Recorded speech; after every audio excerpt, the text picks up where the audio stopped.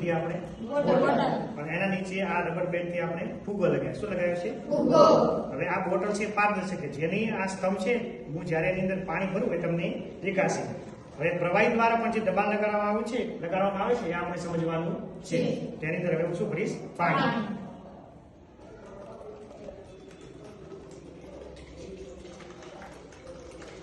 ફુગ્ગો ફૂલે છે? એટલે ફુગ્ગો કેમ ફૂલ્યો? કે જે પ્રવાહી છે એ પાત્રના તળિયે પણ શું લગાડે છે? અને જે પણ પાત્રના તળિયે દબાણ લાગે છે એ કોની પર આધાર રાખે છે? આ જેટલો પણ સ્તંભ ઊંચો હશે એટલું દબાણ વધુ લાગશે. દેખો પેલા ફુગ્ગો નોર્મલ હતો ને, હવે ફુગ્ગો ફૂલી ગયો. એનો મતલબ કે જ્યારે પણ એની અંદર આપણે પાણી ભર્યું એ આ પાત્ર ઉપર શું લગાડ્યું? પાત્રના તળિયે દબાણ. એ દબાણ હવે કોના ઉપર લાગશે? ફુગ્ગા ઉપર. એટલે ફુગ્ગો શું થઈ ગયો? ફૂલી ગયો. તો એનો મતલબ એ કે જે પાત્રના તળિયે લાગતું દબાણ એ આ સ્તંભની ઊંચાઈ ઉપર આધાર રાખે છે.